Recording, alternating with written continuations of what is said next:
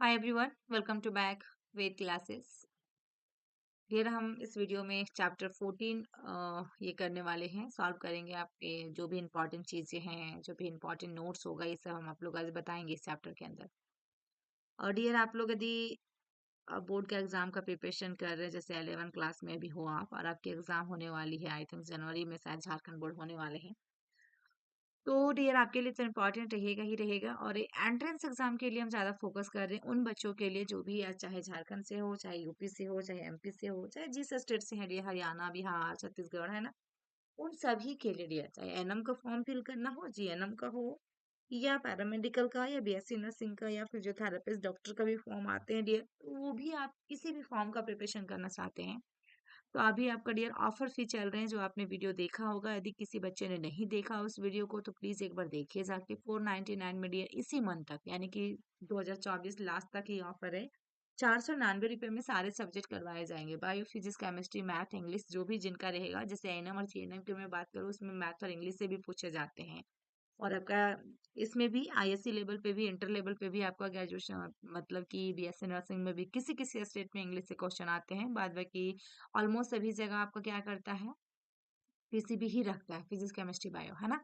और यार आपके यूपी में की मैं बात करूँ, उसमें नर्सिंग एप्टीट्यूड से भी क्वेश्चन आते हैं, तो वो सारे तो मैं खुद ही करवाऊंगी, मैं नर्सिंग फील्ड में खुद हूँ तो। लेकिन यार आपको फिजिक्स, केमिस्ट्री, बायो तो मस्ट है पढ़ना।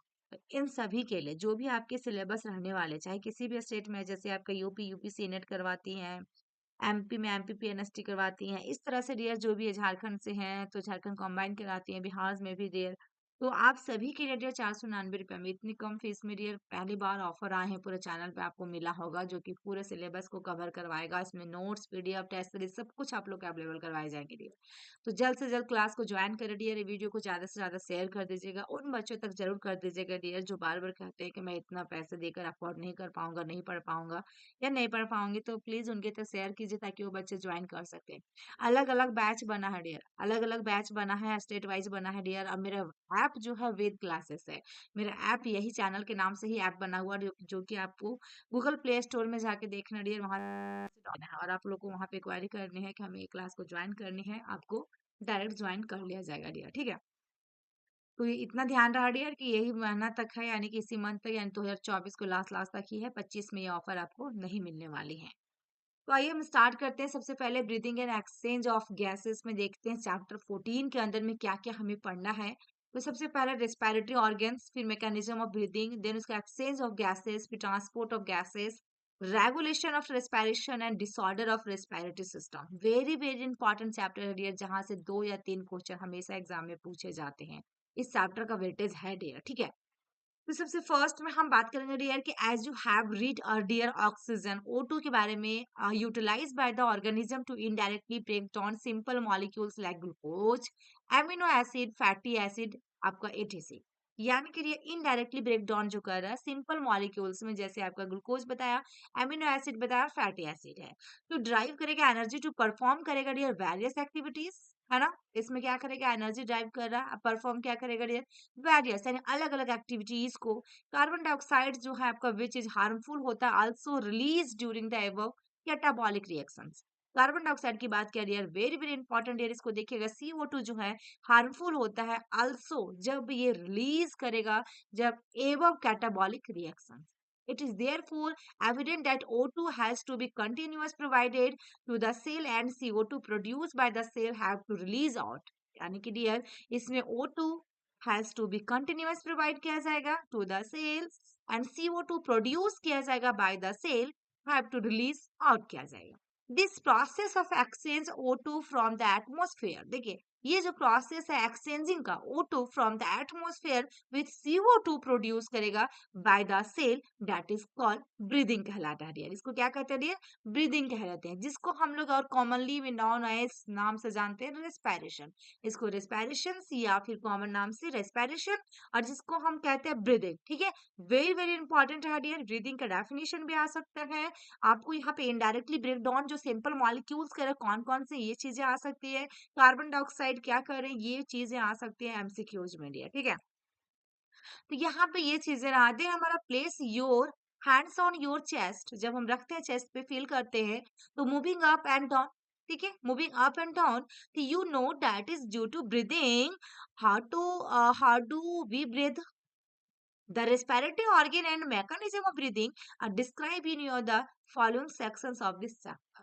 पूरी रेस्पिरेटरी के बारे में, रेस्पिरेटरी ब्रीदिंग के बारे में ये इस चैप्टर के अंदर में पूरा डिटेल में दिया गया है. आई होप कि यदि आपको वीडियो सच में अच्छी लग रही है तो लाइक कीजिएगा, कमेंट कीजिएगा, जरूर बताइएगा चैप्टर आपको कितना मजा आया पढ़ने में.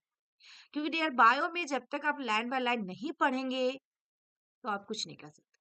फिजिक्स केमिस्ट्री है, उसमें मानते हैं डियर, केमिस्ट्री में ज्यादा रिएक्शन से क्वेश्चन आते हैं. फिजिक्स में आपका ज्यादातर सॉल्व करना होता है मैथमेटिक्स की तरह डियर, तो वो सारे क्वेश्चन आपको तो वहां पे बताया जाएगा. लेकिन बायो में डियर यदि आप लाइन बाय लाइन पढ़ने सीख गए, और जो बच्चे पढ़ लें चैप्टर 1 से लेकर पूरे लास्ट तक, वो बच्चे अच्छा कर जाएंगे, स्कोर अच्छा करेंगे. देखिए रेस्पिरेटरी ऑर्गन्स में बात करेंगे डियर, इससे mechanism of breathing very among different groups of animals, depending करता है मेनली ऑन देयर हैबिटेट पे करता है dear, and level of organism पे करता है, organisation. Lower invertebrates like a sponge देखिएगा, coelenterata, flat worms etc. Lower invertebrate, ठीक है, लाइक कौन कौन से रहा डियर? स्पंज रहा, सिलेंट्रेटर है, और flatworm. Exchange O2 with CO2 by simple diffusion over their entire body surface. Exchanging जो हो रहा है ऑक्सीजन साथ में हमारा CO2 बाय किसके? सिंपल डिफ्यूजन द्वारा ओवर देयर एंटायर पूरा बॉडी सरफेस. अर्थवर्म जो है use their most cuticle and insect have, most cuticle and insect have a network of tubes, यानी कि ट्रैकियल ट्यूब्स, टू ट्रांसपोर्ट करेगा atmospheric air with in the body. Special देखिएगा dear vascularise जो structures होगा that is called gills कहलाता है. ठीक है, जो कि आपका ब्रैंकियल रेस्पिरेशन होता है. क्या होता है डियर? गिल्स वाला ब्रैंकियल रेस्पिरेशन. हमारे फीस भी क्या करते हैं? गिल्स से लेती है डियर उसकी. ठीक है, तो ये चीजें आपको यहाँ दिया गया. Are used by most of the aquatic जो पानी में रहता है arthropods and mollusca, whereas vascularise bag that is called lungs. जो उसकी बैग होगा सांस, जो लंग्स होगा ये क्या कहलाएगा? लंग्स, जिसको हम पल्मोनरी रेस्पिरेशन कहते हैं, है ना. जो लंग्स से सांस ले रही है उसको पल्मोनरी, जो गिल से ले रहा है उसको brachial respiration. Okay, are used by the terrestrial देखिएगा terrestrial form of the exchange of gases among the vertebrates, fishes and gills, whereas amphibians, reptiles and birds and mammals respire through lungs. क्या बताया dear इसमें कि जितने भी आपका vertebrates, fishes जो है यूज करता है गिल्स के द्वारा डियर, एम्फीबियंस और reptiles and birds and mammals जो रेस्पायर करेगा थ्रू लंग्स के द्वारा. Very very important. Amphibians like frog can respire through their moist skin. Moist skin, नमी जो स्किन होती है उससे फ्रॉग सांस ले रहा है, यानी कि कुटेनियस रेस्पिरेशन कहते हैं. तो तीन तरह से रेस्पिरेशन हमने पढ़ा. First one is branchial respiration, second one is dear आपका क्या रहा बताइए, आप लोग भी सोचिएगा यहाँ पे क्या रहा? Pulmonary respiration. Third one is cutaneous. Okay, तीनों रेस्पिरेशन को आपको बहुत अच्छे से इसमें याद रखना. नेक्स्ट हम बात करेंगे dear human respiration system. Human के बारे में मजा आएगा डियर, 12th क्लास जब आप पढ़ेंगे ना डियर, बहुत ज्यादा मजा आएगा 12th में. ह्यूमन रेस्पिरेटरी सिस्टम में we have a pair of external nostril opening out above the upper lips. Okay, it leads to a nasal chamber. Through the nasal passage the nasal chamber open into the pharynx. कहाँ से हो रहा है? Into the pharynx. और options देखिएगा, portion of which is the common passage for food and air. ठीक है, the pharynx open through the larynx region and into the trachea. देखिए pharynx जो open कर रहा है through the larynx region into the trachea. The larynx is the cartilaginous box which help करता है in sound production and hence that is called sound box. जो यहाँ पे लैरिंग्स जो है डियर, ये आपका बॉक्स की काम कर रहा है जिसमें साउंड की काम कर रहा है, इसमें help in sound, that is called sound box. जो साउंड को प्रोडक्शन करेगा, उत्पादन करेगा, ये आपके लैरिंग्स है जो कि साउंड बॉक्स. ड्यूरिंग swallowing देखिएगा डियर, इसमें glottis can be cover by thin elastic cartilaginous flap called epiglottitis. यहाँ पे ड्यूरिंग swallowing जब आप निगल रहे हैं तो उसमें glottitis can be cover by thin elastic. से किससे कवर किया जाएगा? थिन इलास्टिक कार्टिलेजियन से flap, that is called epiglottitis. Very very important dear. To prevent the entry of food into the larynx। उस समय क्या करेगा, फूड को प्रिवेंट करेगा, एंट्री से बचाएगा into the larynx। Trachea is या स्ट्रेट ट्यूब होता है और इसमें क्या होता है डियर, देखिएगा इसमें extending up the mid thoracic cavity which divide at the level of fifth thoracic vertebra. कौन सा, fifth thoracic vertebra into a right and left primary bronchi. Each bronchi जो होगा undergoes repeated division to form the secondary and tertiary bronchi. प्रत्येक bronchi जो होगा dear repeat करेगा, divide करेगा to form the secondary and tertiary bronchi and bronchioles ending up in the very thin terminal that is called bronchioles. Okay, the trachea जो होगा dear primary, secondary and tertiary bronchi and initial bronchioles are supported by incomplete cartilaginous rings. जो भी हमारा trachea, primary and secondary and tertiary जो bronchi है dear, initial bronchioles और support कर रहा इनकम्प्लीट कार्टिलेजियस रिंग्स में। इस टर्मिनल ब्रोंक्यूल्स जो होगा, लास्ट में टर्मिनल का मतलब लास्ट एरिया टर्मिनेट कर जाना, gives rise to number of very thin irregular walled and vascularized bag like a structure that is called alveoli। ठीक है ना, एक बैग की तरह रहेगा डियर, उसको हम क्या कहेंगे, डेट इज कॉल्ड एल्वुलाई। तब देखिएगा ब्रांचिंग नेटवर्क ऑफ ब्रोंची, एक ब्रांचिंग नेटवर्किंग है ब्रोंची का। तो bronchioles and alveoli compromise the lungs, जो कि आपका फिगर में 14.1 में we have two lungs which are cover by double layer pleura with the pleural fluids between them. We have two lungs जिसमें से cover by double layer pleura, जिसमें से pleural fluid between them. It reduce करेगा friction on the lung surface. The outer pleural membrane is in close contact with the thoracic lining, whereas the inner pleural membrane is in contact with the lung surface। यहाँ पे देखिए diagram जो human respiratory system जो दिया गया है, sectional view of the left lung is also show. Epiglottitis, larynx, trachea अभी just हम लोग देखा दिया, bronchus, cut end of the rib, ठीक है ना, यहाँ से यहाँ तक आपको दिया गया है। लंग्स की बात किया, डायफ्राम यहाँ पे देखिएगा, प्लेरल मेम्ब्रेन्स, देन एल्वुलाई कहाँ है डियर, प्लेरल फ्लूइड कहाँ पे जमता है डियर, और ब्रोंक्यूल्स कहाँ पे। The part starting with the external nostril up to the terminal bronchioles constitute the conducting part, whereas the alveoli and their ductors from the respiratory or exchange part of the respiratory system. The conducting part transport the atmospheric air to the alveoli. Clears. It forms foreign particles, humidifies or brings the air to body temperature. Exchange part is the site of actual diffusion of O2 and CO2 between blood and atmospheric air. The lungs are situated in the thoracic chamber, which is anatomically airtight chamber. Lungs are situated in the thoracic chamber. और anatomically जब देखा जाए air tight होगा बिल्कुल chamber, the thoracic chamber is formed dorsally by the vertebral column, ventrally by the sternum। देखिए dear, जो हमारा thoracic chamber है फॉर्म जो बन रहा है डॉर्सल बाय द किससे, वर्टिब्रल कॉलम, और वेंट्रली जो देखा जाए तो स्टर्नम होगा। ठीक है, डॉर्सली वेंट आपका वर्टिब्रल कॉलम, और यदि आपको पूछता वेंट्रली तो स्टर्नम। ओके, वेंट्रिकली जो बन रहा है स्टर्नम के द्वारा, और आपका डॉर्सली जो हो रहा है आपका वर्टिब्रल कॉलम के द्वारा। ओके, तो laterally by the ribs and on the lower side by the dome shape diaphragm.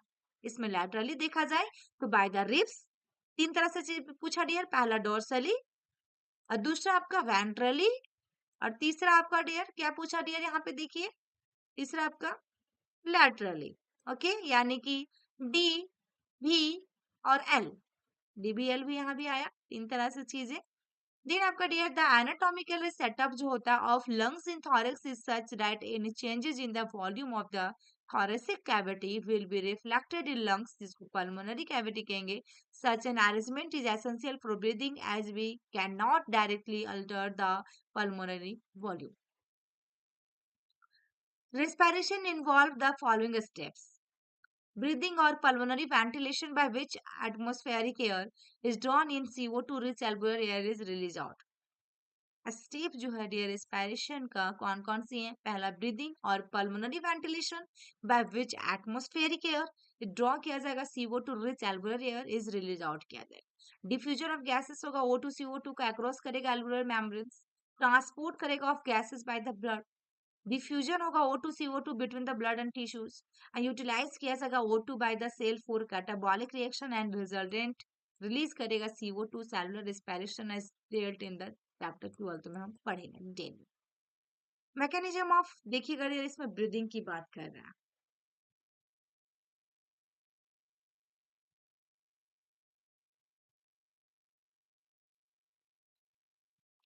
Next हमारा है डियर मैकेनिज्म ऑफ ब्रीदिंग। ठीक है, breathing involve two stages, inspiration और आपका एक्सपायरेशन। ओके, तो inspiration during which atmospheric air is drawn in and expiration by which the alveolar air release out. Inspiration की बात बताया कि एटमॉस्फेरिक के दौरान एयर ड्रॉ करेगा, एंड एक्सपायरेशन में क्या होगा कि alveolar एयर को क्या करेगा, release out. The movement of air into and out of the lungs is carried out by the creating a pressure gradient between the lungs and atmosphere. Inspiration can occur if the pressure within the lungs यानी कि intrapulmonary pressure is the less than atmospheric pressure. That is there is a negative pressure कहलाएगा dear. यहाँ पे क्या बताया आपका कि जो भी आपका इंस्पायरेशन है can occur if the pressure within the lungs, intrapulmonary pressure जो हो रही है लेस देन एटमोस्फेरिक प्रेशर, हमारा एटमोस्फेरिक प्रेशर से कम है तो that is called as negative pressure in the lungs with respect to atmospheric pressure. तो सिमिलरली देखा जाए एक्सपायरेशन जो होता है takes place when the intrapulmonary pressure is higher than the atmospheric pressure. Diaphragm is a specialized set of the muscle external and internal intercostal between the ribs to help in generation of such gradients. Inspiration जो initiate किया जाएगा by the concentration of diaphragm which increases the volume of thoracic chamber in the anterior-posterior axis.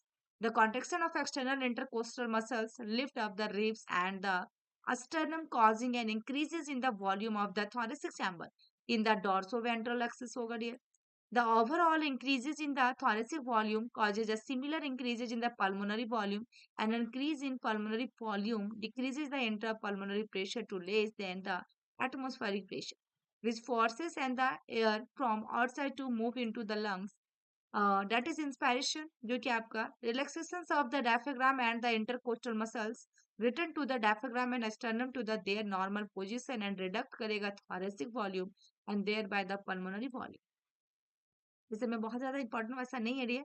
Then आपके देखिएगा इसमें this leads to be increase in the intrapulmonary pressure to slightly above the atmospheric pressure causing the expulsion of the from the lungs, that is expiration. We have the ability to increase the strength of the inspiration expiration with the help of additional muscles in the abdomen. On an average जो healthy human breathes होगा dear 2 up to 16 होगा, ठीक है ना, times per minute. The volume of air involved in the breathing movements can be estimated by using a spirometer, which helps in clinical assessment of pulmonary function. ठीक है, और ये यहाँ से जो है डियर यहाँ से क्वेश्चन आपके एग्जाम में पूछे जाते हैं जो कि बहुत इंपॉर्टेंट रहने वाले हैं। और इतना जो था डियर ये भी आपको ये इंपॉर्टेंट था। नेक्स्ट पार्ट में डियर हम लोग ये इंपॉर्टेंट वाले को देखेंगे पूरा, respiratory volume and capacities. Classes कैसे लगी जरूर बताइएगा डियर। ये आप लोग को ऑडियो वीडियो रिकॉर्डिंग की तरह मिल रहा है डियर, और इसमें कुछ इंपॉर्टेंट भी जब आपको नोट्स प्रोवाइड किया जाएगा, जो पीडीएफ दिया जाएगा डियर, शॉर्ट नोट्स दिए जाएंगे, वो बहुत ही बेहतरीन रहेगा डियर। आप क्लासेस में ज्वाइन करें उसके बाद ही आपको ऐप पे सब कुछ दिया जाएगा डियर। Thank you.